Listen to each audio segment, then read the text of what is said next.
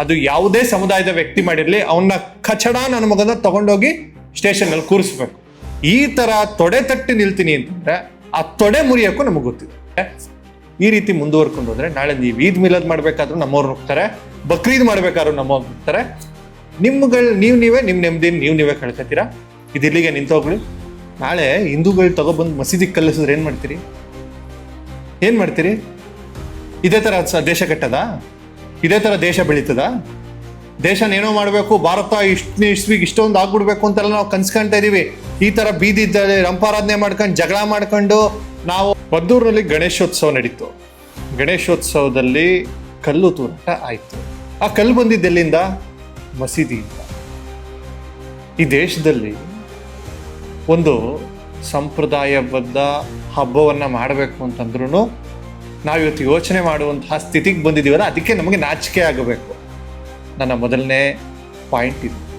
ಎರಡನೇ point, Hindu Muslim ಬಾಯಿ ಚೆನ್ನಾಗಿರ್ಬೇಕು, ನಾವು ಒಗ್ಗಟ್ಟಿನಿಂದ ಬದುಕಬೇಕು, ಭಾವೈಕ್ಯತೆಯಲ್ಲಿರಬೇಕು, ಸೆಕ್ಯುಲರಿಸಮ್ ಅನುಸರಿಸಬೇಕು ಅನ್ನುವಂಥ ಬಹಳಷ್ಟು ಚರ್ಚೆಗಳನ್ನ ನಾನು ಆಗಾಗ ಮಾಡ್ತಾನೆ ಇರ್ತೀನಿ. ನಾವು ಇವ್ರನ್ನ ವಿರೋಧ ಕಟ್ಕೊಂಡು ನಾವು ಏನ್ ಮಾಡಬೇಕು, ಈ ದೇಶ ಕಟ್ಟೋದು ಹೇಗೆ?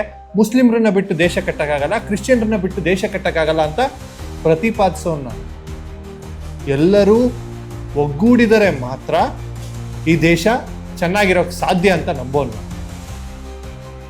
ಬಹಳಷ್ಟು ದಿನ ನಾನು ಯೋಚನೆ ಮಾಡ್ತಾ ಇರ್ತೀನಿ, ಯಾಕೆ ಇಷ್ಟು ಹಿಂದೂ ಮುಸ್ಲಿಂ ಗಲಾಟೆ ಆಗ್ತಾ ಇದೆ, ಹಿಂದೂ ಕಾರ್ಯಕರ್ತರು ಕೊಲೆ ಆಗ್ತಾ ಇದೆ, ಮುಸ್ಲಿಮ್ರನ್ನ ಯಾರನ್ನೋ ಕೊಲೆ ಮಾಡ್ತಾರೆ. ಆ ಮಂಗಳೂರು ಸುಭಾಷ್ ಶೆಟ್ಟಿ ಕೊಲೆ ಆದಾಗ ಅತ್ಯಂತ ದುಃಖಕ್ಕೊಳಗಾದವ್ ನಾನು. ಫಾಜಿಲ್ ಕೊಲೆ ಆದಾಗಲೂ ಅಷ್ಟೇ ದುಃಖಕ್ಕೊಳಗಾದವ್ ನಾನು. ಮದ್ದೂರಿನಲ್ಲಿ ನನ್ನ ಗಣೇಶನ ಉತ್ಸವ ಮಾಡಬೇಕಾದ್ರೆ ಕಲ್ಲು ಬಿಸಾಕ್ತೀರಾ ಅಂತಂದ್ರೆ ಎಷ್ಟು ದುರಹಂಕಾರ ಇರಬೇಕು.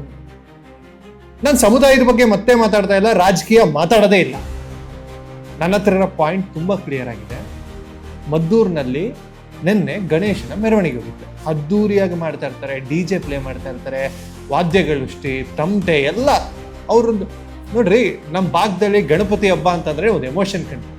ನೀವು ಯಾರೋ ಹೇಳ್ತಿರ್ತೀರ ಗೊತ್ತಾ, ನನಗೆ ಯಾವಾಗಲೂ ಕಮೆಂಟಲ್ಲಿ ಆಗ್ತಿರ್ತಿ. ಈ RCB ಮ್ಯಾಚ್ ಆದಾಗ ಒಂದಷ್ಟು ಜನ ಕಮೆಂಟಲ್ಲಿ ಬರ್ದಿದ್ರಿ, RCB is emotion, RCB is emotion ಅಂತ. ನಿಮಗೆ ನಿಜವಾಗ್ಲೂ ಹೇಳ್ತೀನಿ ಕೇಳಿ, ಅದಕ್ಕಿಂತ ಬಹಳ ಟ್ರೈನಿಂಗ್ ಅಲ್ಲಿರೋದು ಗಣಪತಿ ಹಬ್ಬ. ಗಣಪತಿ ಹಬ್ಬ ಬಂತು ಅಂತಂದ್ರೆ ಬೀದಿಗಳಲ್ಲಿ ಪೆಂಡಲ್ಗಳನ್ನ ಹಾಕಿ ಗಣಪತಿ ಕೂರಿಸುವಂತ ಸಂಸ್ಕೃತಿ ನಮಗೆ ಸ್ವತಂತ್ರ ಪೂರ್ವದಿಂದ ಸ್ಟಾರ್ಟ್ ಆಗಿದೆ. ಆದ್ರೆ ಇವತ್ತು ಆ ಗಣೇಶನ ಉತ್ಸವ ಹೋಗ್ಬೇಕಾದ್ರೆ ನೀವು ಕಲ್ಲು ಬಿಸಾಕ್ತೀರಾ, ಅಲ್ಲಿನ ಭಕ್ತರಿಗೆ ಹೊಡೆದಾಕ್ತೀರಾ ಅಂತಂದ್ರೆ ನಿಮ್ಮ ಮನಸ್ಸಾಕ್ಷಿ ಮುಟ್ಕೊಂಡು ಕೇಳಿ ನೋಡಿ, ನೀವೆಲ್ಲ ಮನುಷ್ಯರೇನ?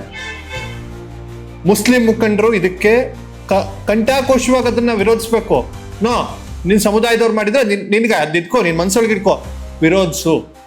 ಇದ್ರಲ್ಲಿ ನೀನು ರಾಜಕೀಯ ಮಾಡ್ತೀನಿ, ಇಲ್ಲ ನನ್ನ ಸಮುದಾಯ ಕರೆಕ್ಟಾಗಿ ಮಾಡಿದೆ, ನನ್ನ ಸಮುದಾಯ ಮಾಡೋದೆಲ್ಲ ಕರೆಕ್ಟೇ ಅಂತ ಅದನ್ನ ಸಮರ್ಥಿಸ್ಕೊಳ್ತೀನಿ ಅಂತಂದ್ರೆ ಈ ದೇಶದಲ್ಲಿ ಇರ್ಲಿಕ್ಕೆ ನೀನು ನಾಲಾಯಕ್ ಅಂತ ಫಿಕ್ಸ್ ಆಗು.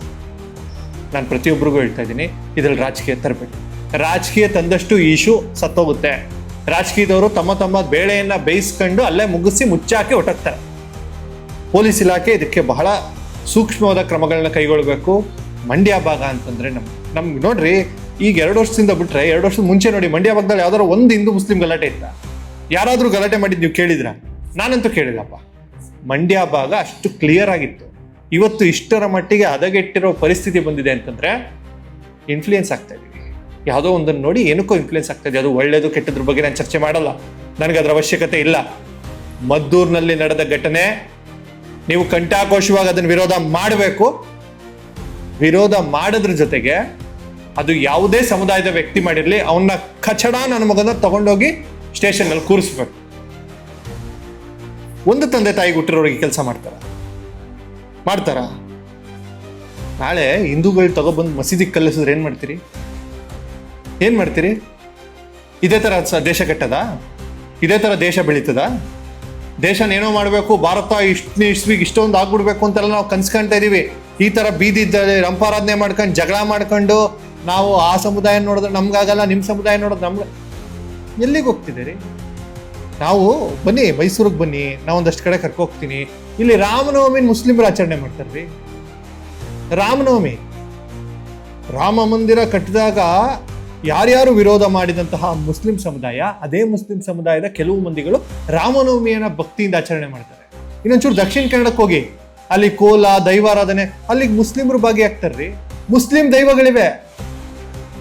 ಇಂಥ ಭಾವೈಕ್ಯತೆಯ ರಾಷ್ಟ್ರದಲ್ಲಿ ಹುಟ್ಟಿ ಇವತ್ತು ನಾವು ನಾಚಿಕೆಗೆಟ್ಟಿನ ಬದುಕು ಬರ್ತಾ ಇದೀವಿ ಅಂತಂದ್ರೆ ಯಾರು ಹೊಣೆ?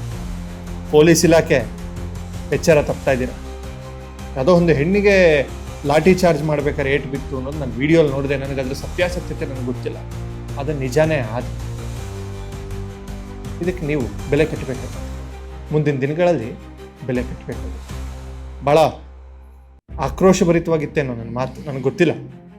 ಆದರೆ ನಾನು ಒಂದೇ ಹೇಳ್ತಾ ಇದ್ದೀನಿ, ಈ ದೇಶವನ್ನು ನಂಬಿಕೊಂಡು ಬದುಕ್ತಾ ಇರುವಂಥವ್ರು ನಾವು, ಈ ದೇಶ ಚೆನ್ನಾಗಿರ್ಬೇಕು ಅನ್ನೋ ನಾವು, ಈ ದೇಶದಲ್ಲಿ ನಿಜವಾದ ಸೆಕ್ಯುಲರ್ಗಳು ಬದುಕಬೇಕು ಅಂತ ಆಸೆ ಪಡ್ತಾ ಇರೋ ನಾವು, ಸೆಕ್ಯುಲರಿಸಮ್ ಉಳಿಬೇಕು ಅನ್ನೋಂಥ ಆಸೆ ನಮ್ಮಲ್ಲಿದೆ. ಹಿಂದೂಗಳು ಬೇರೆ ಅಲ್ಲ, ಮುಸ್ಲಿಮ್ರು ಬೇರೆ ಅಲ್ಲ, ಕ್ರಿಶ್ಚಿಯನ್ರು ಬೇರೆ ಅಲ್ಲ, ಪಾರ್ಸಿಗಳು ಬೇರೆ ಅಲ್ಲ, ಬೌದ್ಧರು ಬೇರೆ ಅಲ್ಲ, ಜೈನರು ಬೇರೆ ಅಲ್ಲ, ಎಲ್ಲರೂ ನಮ್ಮವರೇ ತಮ್ಮವರೇ ಅಂತ ಬದುಕಬೇಕು ಅನ್ನೋಂಥ ಆಸೆ ಇದೆ. ಈ ಥರ ತೊಡೆ ತಟ್ಟಿ ನಿಲ್ತೀನಿ ಅಂತಂದ್ರೆ ಆ ತೊಡೆ ಮುರಿಯೋಕ್ಕೂ ನಮಗೆ ಗೊತ್ತಿದೆ. ತೊಡೆ ಮುರಿಯೋಕ್ಕೂ ನಮಗೆ ಗೊತ್ತಿದೆ. ಎಚ್ಚರ ತಪ್ಪಬೇಡಿ. ನಾನು ಒಬ್ಬ ಪತ್ರಕರ್ತನಾಗಿ ಮಾತನ್ನು ಖಂಡಿತವಾಗ್ಲೂ ಹೇಳ್ತಾ ಇಲ್ಲ, ಭಾಳ ಪರ್ಸನಲ್ ಆಗಿ ಮಾತಾಡ್ತಾ ಇದ್ದೀನಿ. ಯಾಕೆ ಅಂತಂದ್ರೆ ಅಲ್ಲಾಗಿರುವಂತಹ ಇನ್ಸಿಡೆಂಟ್ ನನಗೆ ನೋವಾಗ್ತದೆ. ಈ ದೇಶದಲ್ಲಿ, ಈ ರಾಜ್ಯದಲ್ಲಿ ಕಳೆದ ವಾರದಿಂದ ಒಂದು ವಾರದಲ್ಲಿ 7 ಕಡೆ ಅಟ್ಯಾಕ್ ಆಗಿದೆ ಅಂತ ನಾನೆಲ್ಲೋ ರಿಪೋರ್ಟ್ ನೋಡಿದೆ. ಇನ್ನೊಬ್ರು ಯಾರೋ 4 ಕಡೆ ಅಟ್ಯಾಕ್ ಅಂತ ಹೇಳ್ತಾ ಇದ್ದಾರೆ. ಈ ರೀತಿ ಮುಂದುವರ್ಕೊಂಡು ಹೋದ್ರೆ ನಾಳೆ ನೀವು ಈದ್ ಮಿಲಾದ್ ಮಾಡ್ಬೇಕಾದ್ರೂ ನಮ್ಮವ್ರು ಹೋಗ್ತಾರೆ, ಬಕ್ರೀದ್ ಮಾಡ್ಬೇಕಾದ್ರೂ ನಮ್ಮವ್ರು ಹೋಗ್ತಾರೆ. ನೀವೇ ನಿಮ್ಮ ನೆಮ್ಮದಿ ನೀವೇ ಕಳ್ಕೊತೀರಾ. ಇದಿಲ್ಲಿಗೆ ನಿಂತೋಗ್ಲಿ. ಪೊಲೀಸ್ ಇಲಾಖೆ ಯಾವ ಆಕ್ಷನ್ ಅನ್ನು ತೆಗೆದುಕೊಳ್ಬೇಕು ಅಂತ ಅನ್ಕೊಂಡಿದ್ರೆ ಅದನ್ನು ತಗೊಳ್ಳಿ. ಇಲ್ಲಿಗೆ ನಿಲ್ಲಿಸಿ. ಅವರು ಯಾರು ಈ ಕಚಡ ಕೆಲಸ ಮಾಡಿದ್ದಾರೆ ಅವ್ರನ್ನ ತಗೊಂಡೋಗಿ ಒಳಗೆ ಕೂರಿಸುವಂಥ ಕೆಲಸ ಮಾಡಿ. ಒಳಗೆ ಕೂರಿಸೋದಷ್ಟೇ ಅಲ್ಲ, ಶಿಕ್ಷೆ ಆಗೋವರೆಗೂ ಹೋರಾಟ ಮಾಡಿ. ದರ್ಶನ್ ಕೇಸ್ನಲ್ಲಿ ಸುಪ್ರೀಂ ಕೋರ್ಟ್ವರೆಗೂ ಹೋಗಿ ಹೇಗೆ ಬೇಲನ್ನು ರದ್ದು ಮಾಡ್ಕೊ ಬಂದ್ರೋ ಈ ಕೆಲಸ ಇಲ್ಲೂ ಆಗಬೇಕು. ಯಾವ ಒತ್ತಡಕ್ಕೂ ಮಣಿಬೇಡಿ, ಯಾರೂ ಒತ್ತಡ ಹಾಕಬೇಡಿ. ನಾನು ಹೇಳ್ತಾ ಇದ್ದೀನಿ, ರಾಜಕೀಯ ನಾನು ಮಾತಾಡಲ್ಲ. ನೀವು BJP ಅವ್ರು ಏನಾರು ಸ್ಟ್ಯಾಂಡ್ ತಗೊಳ್ಳಿ, ಕಾಂಗ್ರೆಸ್ ಅವ್ರು ಏನಾರು ಸ್ಟ್ಯಾಂಡ್ ತಗೊಳ್ಳಿ, JDS ಏನಾರು ಸ್ಟ್ಯಾಂಡ್ ತಗೊಳ್ಳಿ, it's none of my business. ನಾನು ನನ್ನ ಸ್ಟ್ಯಾಂಡ್ ನೆಕ್ಸ್ಟ್ ವಿಡಿಯೋಲಿ ಸಿಗ್ತೀನಿ. ನಮಸ್ಕಾರ.